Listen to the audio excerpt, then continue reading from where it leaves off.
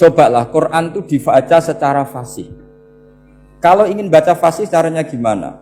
Kamu harus belajar balaghah, belajar lisanul Arab, belajar mantek, belajar logika. Nah, kalau logika itu tidak sampai, cari muhalnya. Ini fatwanya Said Robdon Al-Buti, juga fatwanya semua ulama usul fikih. Saya ulang lagi ya, kalau logika kamu nggak paham, cari sisi muhalnya. Saya ulang lagi, cari sisi muhalnya. Misalnya kamu angan-angan tentang Allah nggak tok. Sedurungnya Allah itu sopo. Misalnya kamu angan-angan gitu. Sama agama tentu itu dilarang, tapi orang filsafat tetap saja nyari itu. Lalu hentikan pencarian itu, yaitu tadi katakan saja hadhil maujudat yastakhilu ayyakhluqahal adam. Sesuatu yang maujud tentu enggak mungkin disebabkan oleh sesuatu yang tidak ada. Fa innal adama la yu'athiru aslan wala yakhluqu aslan. Namanya sesuatu yang enggak ada pasti tidak berstatus pencipta. Namanya saja enggak ada.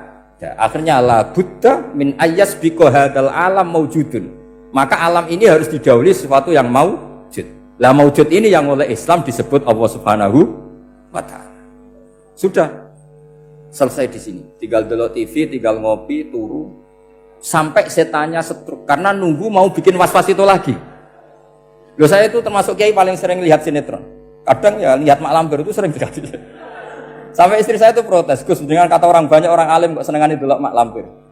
Karena setan mau menggoda saya tentang berpikir Allah. Jadi dia ngenteni.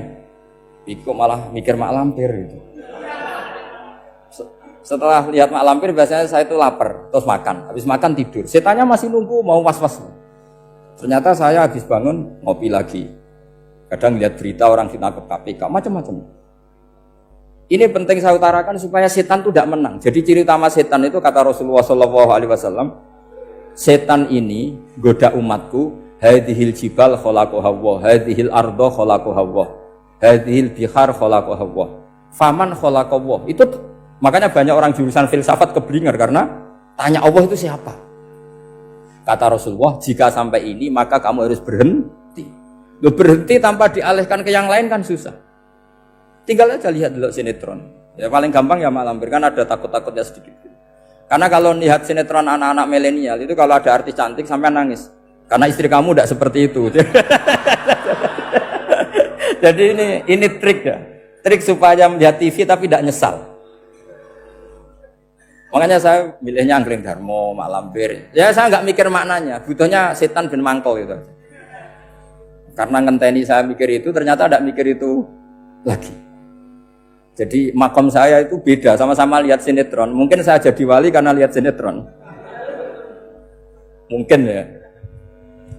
Makanya banyak wali itu gak bisa diduga. Banyak orang jadi wali itu justru karena makan. Justru karena melakukan hal-hal yang cara orang banyak itu salah. Itu Abu Yazid Al-Bustami itu pernah tanya sama Allah. Kak Paman gak usah bayangkan caranya tanya gimana. Enggak wali ya enggak tok. Sudah enggak usah tanya itu. Tanya gini, ya Allah, orang sesergap saya dalam ibadah sedekat ini sama jenengan. Lalu saingan saya dekat jenengan masuk surga itu siapa? Sama Allah ditunjukkan orang yang tidur, itu tidur yang. Ya teman kamu yang tidur di kamar. Enggak terima Bu ya, ini gimana kok bisa setingkat saya orang yang tidak tidur gitu. Yang saya ibadah terus istighfar terus. Tapi jawabannya Allah nih. Woe ibadah terus itu mergo wedi aku. Jadi kan nganggep aku itu rodok-rodok jahat gitu. Iki tuh ratu mergo yakin aku apian, mulane ditinggal turu. Jadi sampean jangan tiru makom saya ketika tidur. Itu punya kelas khusus. Tapi jangan tiru, ini cerita saja, sampean ndak harus niru. Karena sampean kalau niru itu harus ada Abu Yazidnya. Abu Yazid sudah enggak ada. Tapi itu ilmu. Ilmu yang cocok enggak cocok harus kita kaji. Saya tadi jagungan sama beliau, sama Profesor Said Aqil Al-Munawwar. Beliau cerita sebetulnya sekolahan saya itu tentang usul fikih, tapi terkenal saya Profesor Tafsir. Tapi saya suka ilmu usul fikih, meskipun korbannya ya banyak. Biasanya orang jadi liberal gara-gara ya usul fikih. Sebenarnya nggak perlu dipikir lah itu macam-macam. Begini, dalam usul fikih yang mainstream itu kan ada hukum wajib, haram, ya makruh, terus macam-macam lah. Termasuk ada mubah. Mubah itu boleh dilakukan, boleh ditinggalkan. Dalam ilmu usul fikih sebetulnya definisi mubah boleh dilakukan, boleh ditinggalkan itu salah. Karena begini, setiap Anda melakukan sesuatu yang mubah, pasti di saat itu meninggalkan sesuatu yang haram. Saya ulang lagi ya. Ithma min mubahin illa wa yatahaqqaqu bihi tarku haramimma. Semua teks di Lubul Usul seperti itu. Memang saya hafalkan karena ini cara saya jadi wali yang mudah murah. Ithma min mubahin illa wa yatahaqqaqu bihi tarku haramimma. Fayatahaqqaqu bisukun tarkul qatli wa bisukut tarkul qadzaf. Terus beliau membuat sekian contoh. Hukum mubah itu kata ulama yang lain kan boleh dilakukan, boleh ditinggal. Itu tidak benar. Mubah itu ya wajib. Karena setiap kita melakukan mubah, maka saat itu berarti kita meninggalkan barang haram. Coba orang tidur itu artinya apa? Tidak zina, tidak maling, tidak selingkuh, tidak mabuk. Sampean di pondok nikmati jagongan, rokokan, ngopi. Artinya nikmati rokok, nikmati kopi. Tidak menikmati tontonan di bar. Makanya kita berharap malaikat itu belajar usul fikih sehingga ketika kita rokok di pondok dilihat hada taroka melihat bar, wahada taroka melihat dangdutan, wahada. Jangan sampai malaikat bilang gini, dasar kere rakra delok.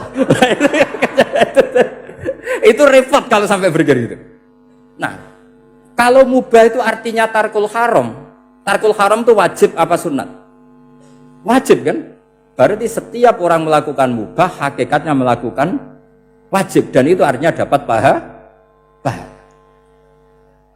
Salah sampean ngajine ra khatam, dadi nglakoni mubah ku mengira tetep mubah. Maka berbahagialah orang yang ngajinya khatam. Makanya setahu saya kiai-kiai Mbah Mun ya sering guyon. Setahu saya Mbah Mun kalau ketemu Mbah Mus ya guyon terus. Guyonnya ini adalah wa minal qutbi kata Imam Ghazali. Qutbu hadaddin al-istildad bil mubahat. Poros agama ini pada akhirnya adalah nikmati sesuatu yang dibolehkan Allah Subhanahu. Orang itu kalau fasik, mau makan siang aja kalau nggak ditemani perempuan cantik nggak bisa makan. Mau jalan-jalan kalau nggak ditemani perempuan cantik nggak bisa jalan-jalan. Kalau kiai-kiai itu enggak. Gujluk-gujlukan gue seneng ira karuan. Dulu terkenalnya Kiai Bisri, Kiai diundang katanya mau ada menteri. Ternyata menterinya ya beliau tidak masak antok di sini. Karena maknanya menteri itu pembantu presiden. Semua kita adalah bantu presiden terlaksananya kedamaian itu. Loh iya kan? Saya berkali-kali ngomong di mana-mana. Apa artinya menteri pertanian kalau kita tidak nanam padi? Mbok pinternya kayak apa tetap nggak ada ketahanan pangan. Sekarang menjadi ketahanan pangan itu rumusnya menteri apa karena petani mau nanam padi? Itu hakikatnya membantu presiden dalam ketahanan pangan. Cuma petani lebih keren karena tidak butuh digaji. Kalau menteri ya keren tapi kurang keren karena masih dapat apa? Gaji. Agak tunggal lah anak mikir untuk gaji. Nah petani ndak mikir nggak dapat gaji. Oh, itu keren. Selalu rakyat lebih keren dibanding pejabatnya. Memang gitu aturannya begitu. Aturannya begitu. Kamu saja yang kurang syukur. Jadi rakyat tuh gremeng. Enak jadi menteri. Ya sudah itu hak kamu. Tapi saya tidak berpikir seperti itu. Maka saya ulang lagi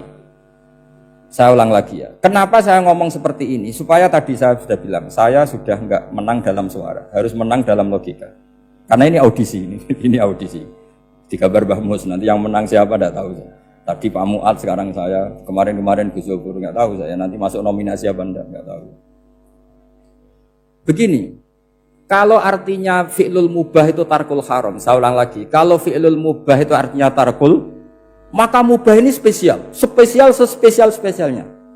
Sehingga Allah kadang ngendikan sederhana sekali. Wa min ayatihi manamukum billaili wan nahar. Termasuk ayatnya Allah adalah kamu ditakdir tidur malam hari maupun siang hari. Kalau kamu enggak malam hari, subuh hari, pagi hari, siang hari. Kenapa dihitung wa min ayatihi? Sekarang kalau ada pakar medis, pakar kesehatan bilang, ini kalau kurang istirahat mati, kalau kurang istirahat jantungan. Berarti tidur adalah menghilangkan penyakit jantung. Obat paling mandi dengan orang rutin tidurnya itu masih mandi orang rutin tidur.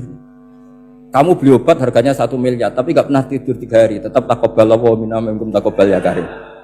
Maka yang penting itu obatnya apa tidurnya? Tidurnya yang dibantu obat. Tapi kalau obat tok gak dibantu tidur, masih sakit. Berarti penting mana tidur sama obat? Karena penting tidur wa min ayatihi. Orang kayak sampean sering delok YouTube, delok gambar macam-macam. Barokah mana dengan tidur? Wong nak melek mripate delok macam-macam. Barokah tidur. Jadi tidur adalah perlawanan terhadap keinginan melakukan haraman. Ya, saya ulang lagi, tidur itu adalah perlawanan terhadap keinginan melakukan keharaman. Jadi kalau mau tidur nyati gini, ya Allah, siap tidak berangan-angan tentang maksiat terus tidur. Oh, itu wa min ayatihi. Jangan kok gak di duit terus ngombe sing akeh ben iso ngantuk. Wah, ini tidur yang untuk melawan kemiskinan.